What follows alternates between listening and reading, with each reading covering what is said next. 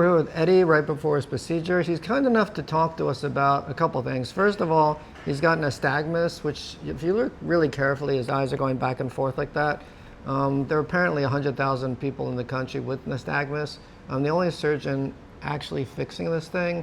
And he also has a little bit of lazy eye, which means his left eye doesn't correct with glasses or contacts to a perfect 20/20. It's 20/25, which is pretty close to 20/20. It's called like mild amblyopia or mild lazy eye. And I guess the third thing is when he was a kid, age 6, he got some trauma and he cut his cornea. It went through his cornea, which is the first clear part of the eye, and actually cut his iris. And if you look extremely closely, his iris is not perfectly shaped. So I guess the first thing we should talk about is nystagmus, right? Yes. So it's congenital. You were born with it. And yes, then, I was.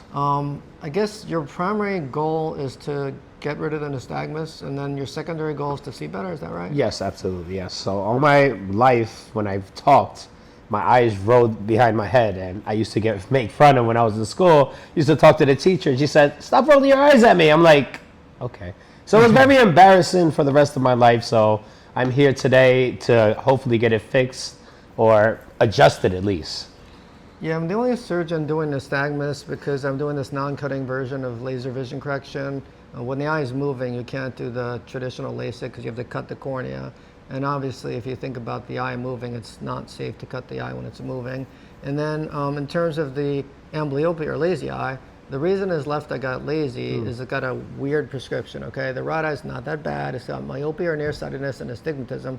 The left eye is opposite. It's farsighted, okay? So many people have a slightly different prescription, like -5, -4, that's fine. But if one eye is like minus or myopic, and the other eye is plus, which is farsighted or hyperopic, minus or myopia, nearsightedness helps you see near, okay? That's what's called nearsightedness. So when he was a little kid, like age 1, 2, that kind of thing, he could see well out of his right eye because it was nearsighted. Yes. So he would just look like that. Kids don't look really far away much. They're mostly up close. They got little tiny arms and they're holding things close. So they look up close. So if you think about it, he's holding his little toys and looking at things up close. I have a kid who's like 1.5. He's always like this. And then his right eye can see it, but his left eye can't because his left eye farsighted. His left eye can only see far. So when he's spending like 90% of his life up here when he's age 1 or 2, what did the brain do? It really just uses this eye, ignores this eye. So that's why he got a little bit lazy. If it was detected really early, a way to fix this or prevent it is you patch this eye. It's called penalization. You penalize it. He can't use this eye, and then he's forced to use this eye, and that would help. But nobody catches it early enough because the school screenings are until 6 or 7. It's too late by then. And even if you do catch it at age 2 or 3, the kids take off the patch, okay? It's not possible to keep a kid patched. So these days, what we mostly do is we do what's called pharmacologic penalization. So we put a drop in this eye, a dilating drop, we dilate the eye. When we dilate the eye, it also paralyzes his muscle of accommodation, which is causing him to be able to focus up close. So it's like a drop instead of a patch. So you put the drop in here, you penalize this eye, and then he has to use this eye. So if anyone out there has a kid who's got a little bit of lazy eye, I guess they could come here for the drop and instead of the patch thing, it works better. So after the procedure today, he should see better, which is going to help his eyes not move so much, and his nystagmus is also going to be better. And during the surgery, we'll probably have him a little bit not exactly lined up because every person with nystagmus is a null position, which is a little position that's not exactly straight. So they jiggle less, and he's got a little bit of right head tilt. So under the laser, we'll just do a little bit of the head tilt. I always ask the nystagmus patients, I guess their companions also, if when they're drunk, that's the worst. That's when they get crazy. It's better or worse. Okay, yes. So I would say most of the people say when they're drunk it's better, like the nystagmus is less. He's saying it's worse, which is unusual. But you have to ask these patients, and I've done 100 people like this, so I know. That way we're light on the anesthesia. So we're probably not going to do the nitrous oxide or ketamine because you might make the nystagmus worse. Valium's okay, but we'll think about this. Okay. So. Do you have any questions about the procedure? Or I guess what we should do, what is your goal after the procedure for the audience? Oh, my goal is to have my confidence back, honestly. I want to get rid of this situation I have, or at least fix it halfway.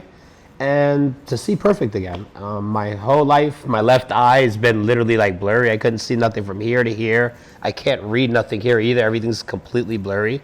So yeah, if I could fix my eyes to be at least decent or normal, I would be extremely happy. Yeah, I think in the adult amblyopes, lazy eye, and adult nystagmus patients, the jiggly eye, most of it seems to be a confidence thing. In other words, over the course of years, because people look at them funny, they kind of have this, they kind of look down. No, absolutely, and that's another reason too. To built my confidence as well, because I do own a business, and yeah, he owns a tire store. Yes, I do own a tire shop in Newark, New Jersey. What's the name of it again? It's June's Tires. Tires. So yeah, I just want to be confident, talk to customers, and they don't think I'm looking at the universe up there.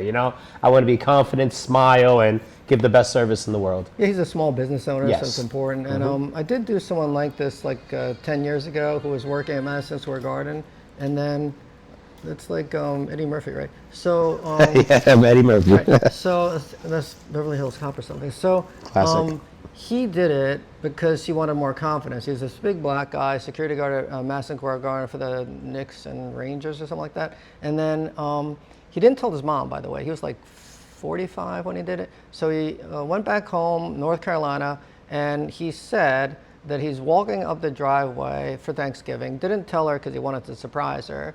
And then by the time he got to the front door, she's looking, she's crying.